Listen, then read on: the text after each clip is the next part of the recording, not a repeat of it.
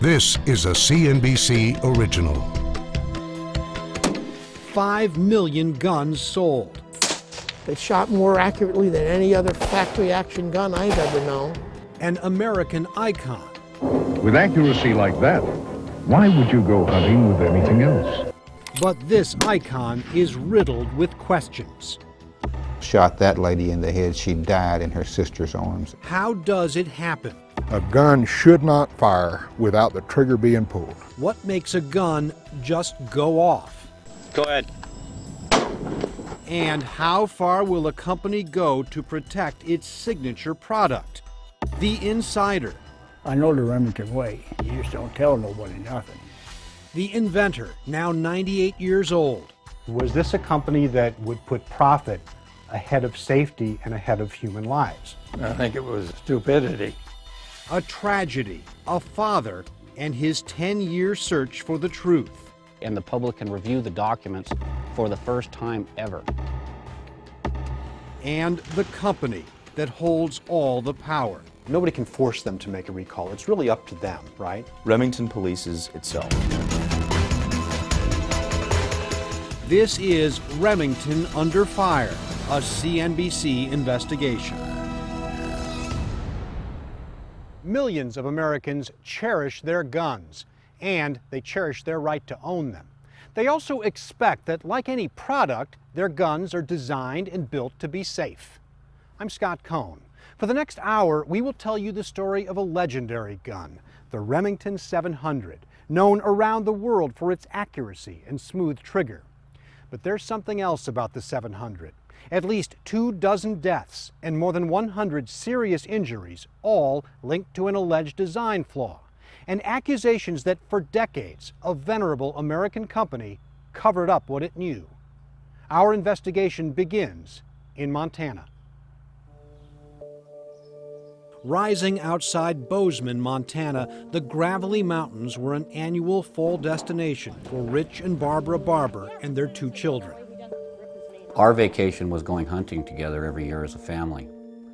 And that was not about the hunting necessarily, as it was no phones, no distractions, and it was me and my family going out and spending time together. In October 2000, their son Gus was 9, daughter Shanda was 12. We were getting along great. The weather was nice. We were in t-shirts, and we had walkie-talkies to radio back to Mom and Dad if we saw anything. We weren't supposed to shoot anything unless they were with us. Heads up, I'm gonna pick it up.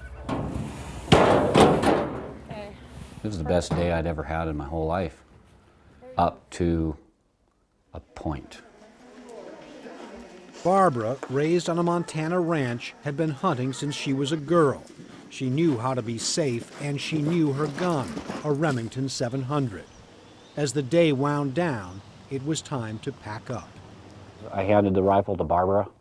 Both children were sitting double on a horse right here at the back of the horse trailer in plain view of her. Right. I was behind her. She turned towards the trailer to unload the gun. Unloading a bolt-action rifle involves raising the bolt and pulling it back to remove the bullets from the gun. But older models of the Remington 700 were designed so that before you can raise the bolt, you first must disengage the safety, the switch that's supposed to keep the gun from firing accidentally. At this point, with a round still in the rifle, it's important to keep your finger far from the trigger and the gun pointed in a safe direction. Barbara says that's exactly what she did. But when she clicked off the safety, something unimaginable happened. And with an open hand, she pushed the safety off to deactivate the bolt lock. The gun discharged. Little Gus Barber, who'd been behind his mother, sitting on the horse with Shanda, was nowhere to be found. And she was screaming, "Where's Gus? Where's Gus?" At the worst possible moment, Gus had slid off the horse and gone around the trailer to get his sweatshirt. And here's where the bullet exited here. We found him laying right here, wadded up in a little ball. Gus was only this thick. It went in through his left hand, Right. entered here, and the bullet exited 4 inches higher on the opposite side. Did you find him first? I found him first. The gun is designed to bring down a 300-pound animal from 250 yards.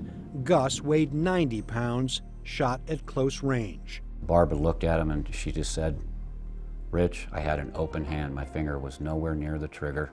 The family jumped into a pickup truck, laid Gus across their laps, and raced toward the closest hospital, 45 miles away. Gus Barber died October 23, 2000, at the age of 9. And for many months, I would dream about that moment when they pronounced him dead and Gus was looking at me. And the look on his face is, "Dad, how could this happen?" It's every parent's greatest fear. Even before his son was buried, Rich Barber became convinced Gus's death was no freak accident, and it certainly wasn't isolated. These people started approaching me saying this happened to us. Exact same thing, gun went off. When we released the safety. 2 days after the accident, a sheriff's deputy sent Rich this article from Businessweek about a Texas oil field supervisor named Glenn Collins, who blew his foot off with a Remington 700 after a day of boar hunting in December 1989. Before you started hearing from those people in those early days after Gus died, did you have any doubts about Barb's story? No, none. The evidence more than suggests what she said happened. Nobody ever heals from something like this, do they? No, and I think it's harder if you were holding the gun. 10 years after her son's death, Barbara Barber still can't bring herself to talk about it. She is certain that her finger was not on the trigger when the gun fired, but Shanda says that doesn't ease her mother's pain. Every time a gun gets brought up, every time hunting gets brought up, the accident gets brought up, Gus gets brought up, the only thing she falls back on is, "I killed my baby." She didn't do it. The gun did it. Come on, buddy. Rich Barber has devoted his life to discovering the truth about Gus's death. Barber would learn that the trail of deaths and serious injuries involving the Remingtons stretches across the country. I went to the funeral home and looked Gus right square in the eye and I said, "Son, it ends here and now." I promised him I would never be bought off and I would never quit until I've effected change. We set out to find out more about the Remington 700. Oh, Remingtons are great guns. Absolutely, and that's one of the more popular ones that we sell. Our 10-month investigation has taken us from Florida to Alaska. We found the complaints number in the thousands and more than 75 lawsuits, all alleging the same thing that happened to Barbara Barber in 2000, the gun going off without pulling the trigger. Jay Rambo says it happened to him and his dad in 2009 on a hunting trip in Alaska. Just heard him shut the bolt on the gun. As soon as I heard that click, the gun fired. The gunshot from his father's Remington 700 shattered Jay's left hand. The x-ray shows the shrapnel still inside. Jay says in the first year following the accident, his medical bills hit $300,000. In Texas, Douglas Jordan was hunting with Donna, his wife of 38 years, when his Remington went off, striking her in the abdomen. She died when he left to get help. They sued Remington and the company settled. In another case, Kathy Anderson was at the kitchen table while two people in the next room were handling a Remington 700. They told police the gun went off, but at no time was the trigger pulled. Shot that lady in the head. She died in her sister's arms. Attorney Robert Chaffin represented the Anderson family in its suit against Remington. The company settled, but Chaffin can't discuss the terms. That, he says, is typical. Every case is settled with a confidentiality agreement, which prevents you from talking about it. Remington has consistently stated that the deaths and injuries involving its bolt-action 700 series rifles have been the result of poor maintenance or unsafe handling, and has prevailed in some court cases by arguing that inexperienced users are in denial that they pulled the trigger. Except it's not just inexperienced users who say it's happening. Police snipers in Portland, Maine say after they had trouble with their 700s going off inadvertently and got no satisfaction from Remington, they decided to document the problem on videotape obtained by CNBC. No fire. Okay, didn't fire. Go ahead. The gun goes off when the officer touches the bolt. His finger is not on the trigger. All right.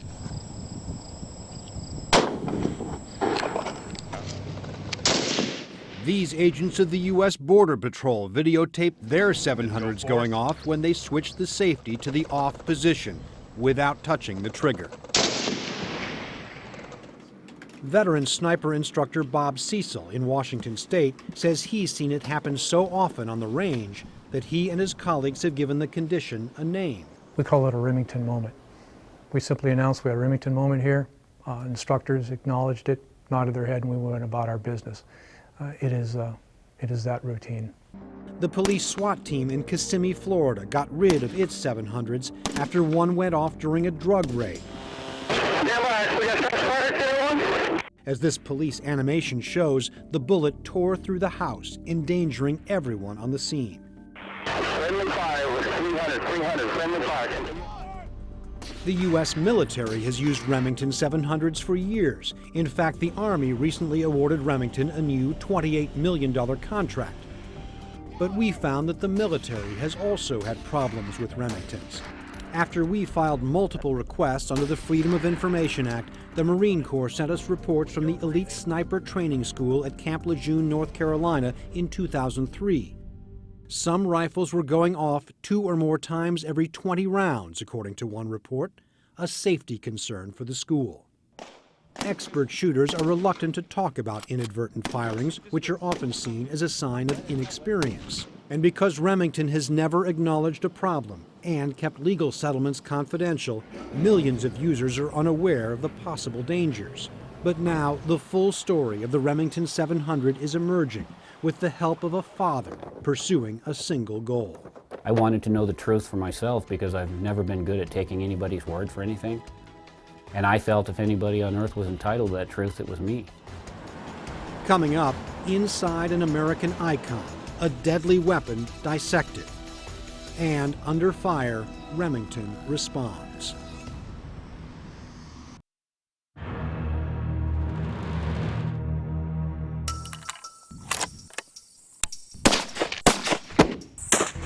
Even if you've never picked up a gun, chances are you've had an encounter with a Remington 700.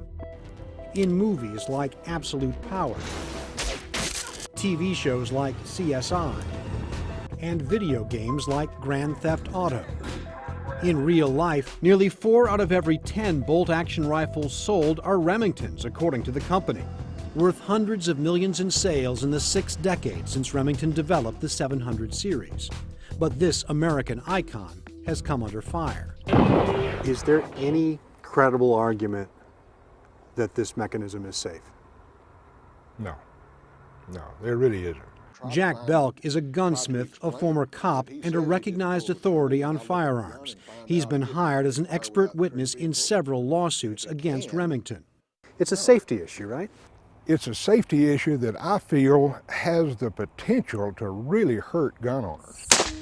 The story of the 700 starts here, Ilion, New York, the birthplace of the Remington Arms Company and the home of the Remington 700. The company was founded in 1816. In 1933, the giant chemical company DuPont bought a controlling interest to complement its gunpowder business, just in time for World War II. But with the end of the war, Remington needed a new strategy, new customers to replace the military. So, on the very day the U.S. dropped the first atomic bomb, the memo went out in Ilion. Our ultimate welfare and that of the company depends on our commercial sporting arms business. It seems to me that after World War II, the entire business model changed. Now, the memo said, our first and primary job will be to get new gun designs into production as fast as we're able to get the job done. Among those who got the memo, a young Remington engineer named Mike Walker. Mike Walker is one of my personal heroes.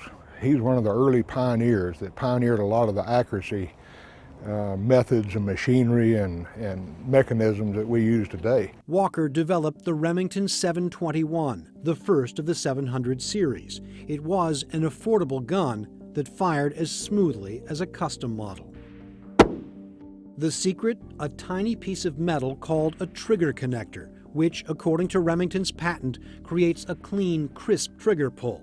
The easier it is to squeeze the trigger, the more accurate a gun is. And according to the patent, This gun is designed to fire on barely perceptible movement of the trigger. Rich Barber, in his decade-long journey to understand what killed his 9-year-old son Gus, has studied that trigger inside and out. This trigger was designed to be very short and crisp, but the main feature of the trigger connector is that a refined shooter wouldn't feel the trigger slap on his finger. But experts hired to testify against the company have stated that if anything causes that tiny trigger connector to become misaligned, rust, grime, or other debris, or even a small jolt, the trigger can lose contact with the rest of the firing mechanism, and then there's nothing to keep the gun from just going off. No fire. Yep. Without touching the trigger. And Jack Belk says that is the very heart of the problem. This is what I testify to. A gun should not fire without the trigger being pulled. And that means pulled and held back. Remington knew that too. So engineers developed a test seen in this drawing to determine if guns returned by customers could indeed be made to fire without a trigger pull. It involved using a screwdriver to dislodge that tiny trigger connector, then switching off the safety to see if that fires the gun. Company documents show the screwdriver test in use at Remington as early as 1979. That same year, a Remington analysis estimated 20,000 guns in the hands of customers, could be tricked into firing. But Remington knew about the problems long before 1979. In fact, one of the first to identify an issue with the rifle was the man who invented it, Mike Walker. This trigger was a mistake, and he realized that. By 1947, he realized that the first 200 guns that were in a test market were failing, and he designed a fix for it. Walker warns in this memo, December 3, 1946, about a theoretical unsafe condition involving the safety.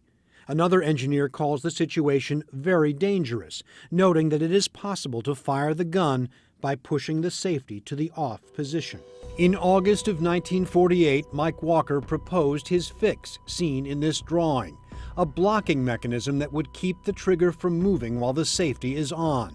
This document from 1948 lays out the added cost. It came to just 5.5 cents a gun. A seemingly small amount, but for Remington it loomed large. The project was already well over budget. The company would decide against making the fix. They identified a dangerous condition, and they still went ahead with production. But the issue would not go away. Among the millions of pages of documents uncovered by Rich Barber are decades' worth of customer complaint letters, which Remington was forced to turn over in lawsuits. These are just the people who wrote to Remington regarding inadvertent discharges with their firearms. And then as we progress through the years, we start to see an increase. You'll notice they're getting thicker. The complaints stack up in the 1970s after Remington recalls a similar rifle, the 600, over inadvertent discharges. But the company decides not to recall the more popular 700. And then look. And then the floodgates boom. open. Yeah, the floodgates open. It's 1994. Remington is hit with a huge jury verdict in the case of Glenn Collins, the Texas oil field supervisor who lost his foot to a 700. The trial included a shocking twist, according to Collins' attorney, Robert Chaffin. Remington had an expert on the stand. The rifle, it didn't have a bullet in it, but the rifle actually fired. Malfunctioned on the witness stand, and the judge stood up and said, "The rifle has fired. Let the record reflect that the rifle has fired on the witness stand." The jury awarded Glenn Collins $17 million, serious money for Remington, whose rich corporate parent, DuPont, had sold the company the year before. So, 2 weeks after the verdict, a Remington executive drafted this proposal, obtained by CNBC, for what it called a trigger replacement campaign, calling back more than 3 million rifles produced since 1960, even listing publications used to advertise previous recalls. But by 1994, the fix was no longer 5.5 cents a gun. Now, a recall would cost $22.7 million. The recall, or callback, quietly died. We wanted to talk to Remington. For months, we asked company officials to respond to the many questions raised by their customers' complaints and by the company's own internal documents. We also wanted to talk to DuPont, which controlled Remington for much of the 700 series history. But DuPont referred us to Remington, and Remington declined to make any of its executives available to speak with us. Finally, 5 months after our initial request for an interview, the company sent us this one-page statement insisting there's no problem at all. The Model 700, including its trigger mechanism, has been free of any defect since it was first produced, the statement says. And despite any careless reporting to the contrary, the gun's use by millions of Americans has proven it to be a safe, trusted, and reliable rifle. Indeed, it's not hard to find gun owners who swear by the 700. I've just shot them for so long. I've never had any major issues with them. They always worked well. They shot more accurately than any other factory action gun I've ever known. Bob White is a champion shooter, instructor, and gunsmith who's shot Remingtons for nearly 50 years. I'm a big fan of Remingtons, you can probably tell. And Remington notes it's not just civilians who are loyal to the 700. Remington calls the 700 the firearm of choice for elite shooters from America's military and law enforcement communities. That despite the incidents we uncovered among professional snipers. Yep. In its statement, Remington insists neither its own experts nor plaintiffs' experts has ever been able to duplicate such an event on guns which had been properly maintained and which had not been altered after sale. But we found documents from the 1970s showing the company could duplicate and verified the problem in multiple guns. The amazing thing is there hasn't been more people killed because of the amount of accidental discharges that happen with this gun. Remington has made some changes. In 1982, it did away with the feature that required the user to switch off the safety before unloading the gun. But it kept the change quiet for 20 years, until Barbara Barber switched off the safety on her pre-1982 rifle and Gus was killed. The Barbers sued and the company settled, but the agreement stopped short of a recall. Instead, Remington notified customers that for a fee, $20, it would modify the old rifle so the safety would not have to be switched off to unload the gun. But that's not the only cause of inadvertent discharge. The fundamental design of the 700, including the trigger connector, stayed the same, and the complaints persisted. So in 2007, Remington introduced a whole new trigger system called the X-Mark Pro. The trigger connector at the heart of so many complaints is gone, and the safety blocks the entire firing mechanism. And what do we know about the X-Mark Pro compared to Mike Walker's fix back in 47? Yeah. It's exactly the same mechanism that he drew in the margin of a memo. It's exactly the same mechanism that I have drawn during deposition. But the company still contends the old mechanism is safe, so now it sells both, side by side. We wanted to know what the man responsible for both designs would think about that, so we tracked him down. Hello. This is Jerry. We found Mike Walker, retired in North Carolina, the man who designed the Remington 700 and came up with a way to fix it, is 98 years old. In a moment, Mike Walker tells his story to us for the first time. You realize, of course, you guys are going to get me in trouble with Remington.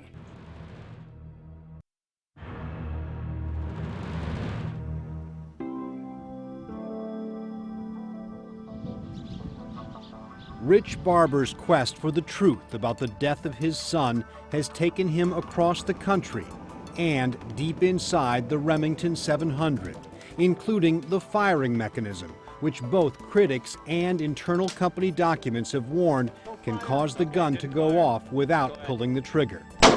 The gun was designed in the 1940s by a young Remington engineer named Mike Walker. If you had the chance to meet Mike Walker today, what would you tell him? Step up and tell it like it is. Let the truth be known. Stop the carnage. Purge himself of this horrendous burden he's had to carry. We found Mike Walker living in a retirement community in North Carolina. This is all about me, huh? Walker retired from Remington in 1975. Today, at 98 years old, he still builds guns in his workshop beneath his certificate of induction into the Remington Hall of Fame. He still shoots a couple of times a month at the local gun club, where he has an honorary membership. He has never spoken publicly about alleged problems with the Remington 700 until now. Perfect trigger from a standpoint of the feel of it. The fact that they put a few bad guns together, after I left, that is. Yeah. What's your understanding of what was happening with the guns? Oh, the safety did not retract the firing pin, so it was not a safety anymore. Yeah. Mike Walker is well aware of the complaints surrounding the 700. In fact, his own memos obtained by CNBC show he repeatedly raised concerns about the gun he designed.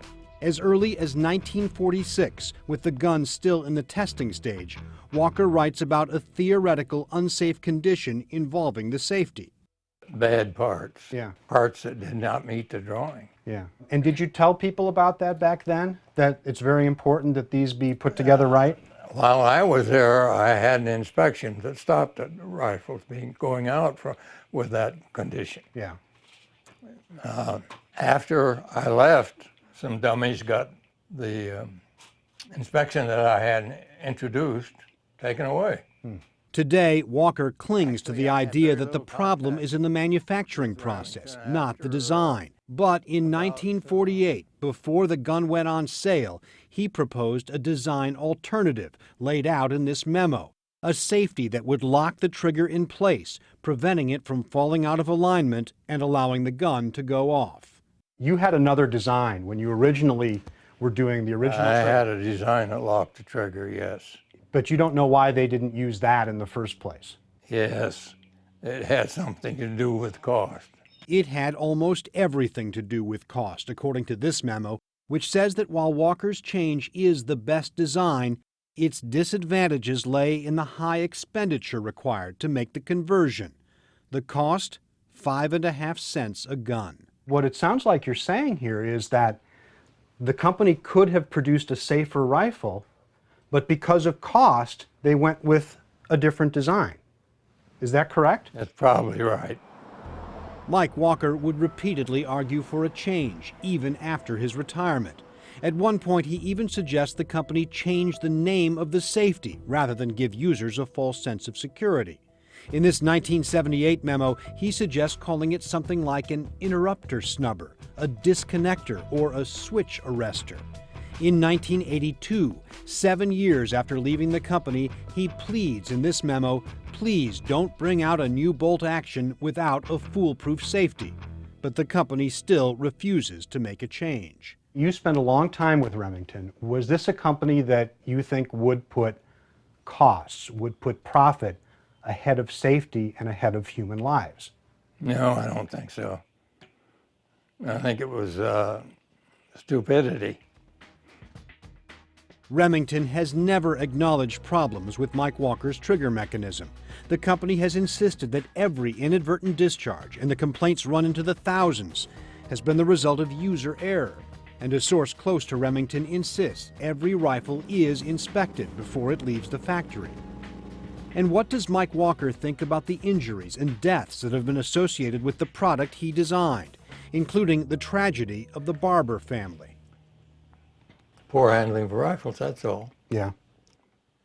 I don't know whether that rifle was faulty or not. Do you feel like that has any relation to your design or the manufacturer, or is that something that just happened? It's hard to tell. She said she didn't have her finger on the trigger. Yeah. Maybe that's so, maybe it isn't. Because it's such an easy pull? Is that what you mean? Right. Yeah. Remington's own analysis in 1979 found 1% of the rifles could be tricked into firing. 1% of the 2 million guns sold at the time of the memo is 20,000. Today, with 5 million sold, that would be 50,000.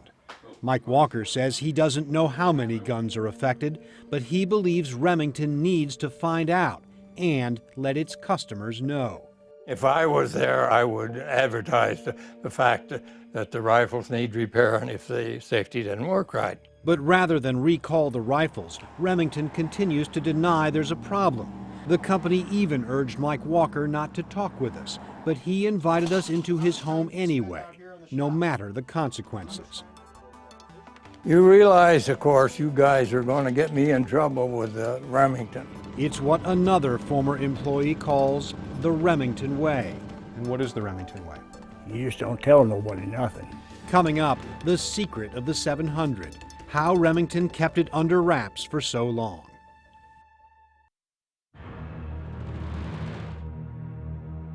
To whom it may concern. They are voices from across the country. And I remember saying, I didn't touch this trigger. And it went off spontaneously without touching the trigger. First-person accounts of jarring, frightening accidents. It misfired. As soon as I let it go, the gun went off. Told directly to Remington. When I pushed the safety off, the gun fired. In the 6 decades since Remington introduced its 700 series of rifles, the company has received thousands of customer complaints like these about the guns going off unintentionally. But rarely did one customer know about the others. Roger James says that was by design. I had to come home every night and think about it. I said to myself, once I leave this company, I'd like for some lawyers to get in touch with me, and I'd like to get some of this stuff out in the nation to the customers. Roger James spent 25 years at Remington. He retired in 1993, still collects a Remington pension, and remains close to former colleagues still at the company. He has been paid to testify in 2 lawsuits against his former employer. James worked his way up from the assembly line to become a claims analyst, one of the people on the receiving end of the customer complaints. What were the types of things that you heard about? The guns would go off and they didn't pull the trigger, you know, the safety was on and the gun still went off. What were you supposed to tell the customer? To tell them that the gun didn't just go off. I mean, there's something there that made the gun go off. The procedure, James says, was to pass the complaints on to a colleague whose job was to respond to the customer. He just had to make up something. Remington even developed a form letter saying the problems, which the company has known about since the 1940s, are not representative of Remington quality nor characteristic of the Model 700 rifle. If you had told customers that you were dealing with, if you had told them that there were these problems, what would have happened? I would have never had a job there. How do you know that? I know the Remington way. And what is the Remington way? You just don't tell nobody nothing. Roger James retired in 1993, but what he calls the Remington way is still actively employed, according to Texas attorney Jeffrey Hightower. He has tried multiple lawsuits against the company and says that to this day, Remington trains its customer service representatives to choose their words carefully. They're getting responses, sometimes from their legal department, about how to address with proper wording, what do you say to this, what do you say to that? Hightower questioned Remington Representative Laura Watson in a deposition in January 2010. It was pretty well known, was it not, within Remington that the Model 700 had at least some history of concern on the part of the consumers, right? Yes. It's fair to say that as of today, right now, Remington knows that its Model 700s will in fact fire absent a trigger pull under certain conditions. Under certain conditions, yes, I guess that would be fair to say. But chances are you wouldn't learn that from a Remington dealer. We took hidden cameras to retailers in 8 states. These salespeople are on the front lines of Remington's marketing. Oh yeah. Yeah, they're all safe. If they are aware of problems with the Remington 700s, they aren't saying so. Well, I haven't heard anything about it. At Yellowstone Gateway Sports near Bozeman, Montana, owner Ted Krause is standing by his Remingtons. Same gun is built with a stainless steel barrel. Have they ever communicated anything to you about any issues with inadvertent discharge of the 700s? No. Nothing? Nothing. Have you ever? And what does that tell you? That tells you there's not a problem? That's what that tells me, is that there is not a constant problem with the Model 700. But at one chain, they may be in a position to know better. Cabela's, with 30 stores in the U.S. and Canada, is one of the largest sporting goods retailers in the world. Cabela's CEO is Tommy Milner, who joined the company in 2009 after 10 years as CEO of Remington. 10 years that included thousands of complaints and the death in 2000 of Gus Barber. Milner even met with Rich Barber after the accident. Through a spokesman, Tommy Milner declined to talk with us about the fact that Cabela's continues to sell rifles with the Walker trigger, like this Remington 770, which we bought brand new at a Cabela's in Connecticut. Thanks a lot. So how is a gun buyer to know the truth? While some magazines like Field and Stream have reported on the popularity of the 700, Consumer Reports stopped evaluating guns decades ago. But in 1968, it evaluated the 700. Consumer Reports does an evaluation, and lo and behold, the gun goes off. Yes, sir. The rifle experienced a firearm safety release malfunction. The gun went off not just once, but repeatedly, the publication noted, warning that an unwary buyer might have caused a serious accident. And Remington's response at that time is not to recall the guns. No, they're worried about their company being embarrassed and hurting the bottom line. Noting management's extreme displeasure over the Consumer Reports article and calling it embarrassing, Remington launched a new effort to redesign the rifle, a program the company would keep secret for years until the Texas Supreme Court ordered Remington to disclose it. Attorney Robert Chaffin discovered the program almost by accident on a single piece of paper in a room full of documents Remington had turned over in a lawsuit. And what did that document say? It was called NBAR, New Bolt Action Rifle Program. The bottom line on that document showed that if they changed the manufacturing process, they could add a safety element to the gun which would prevent most all of these accidents. But instead of changing its guns, Remington changed its message to the public. Unloaded, and always follow the 10 Commandments of gun safety whenever you're handling a firearm.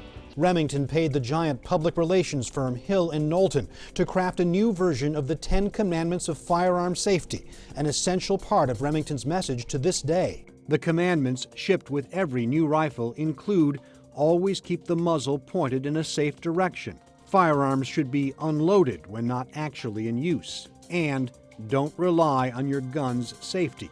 But gun expert Jack Belk, who's been hired to testify in several lawsuits against Remington, says the commandments don't address the real issue with the 700 series. What is a safe direction when you don't know when the gun's going to fire? Falling bullets kill people, ricocheting bullets kill people, and of course bullets going horizontal, they certainly kill people. Remington, which declined our request for an interview, insists in its written statement to us that if proper firearm safety rules are followed, no accidental injuries would ever occur. But no one can force gun owners to obey the rules, and it turns out no one has been able to force any gun maker to recall a defective product. Coming up, rights, responsibilities, and the most popular hunting rifle in the world in the conclusion of Remington Under Fire. The Remington 700 series is the most popular bolt-action rifle in the world, and for more than 60 years, Remington has maintained the gun is safe. But we found that from the very beginning, the company looked at ways to fix it, even contemplating a nationwide recall. But time and again, Remington decided against a recall. And it turns out that decision is Remington's, and Remington's alone. For most products, cars, toys, food, even BB guns, the government can order a recall without a single reported incident, like this crossbow recalled in 2010 after regulators found it could fire without pulling the trigger when the safety is switched off. But guns hold a special place in American life and American law, says attorney Jeffrey Hightower. Nobody can force them to make a recall. It's really up to them, right? Remington polices itself. The gun industry polices itself.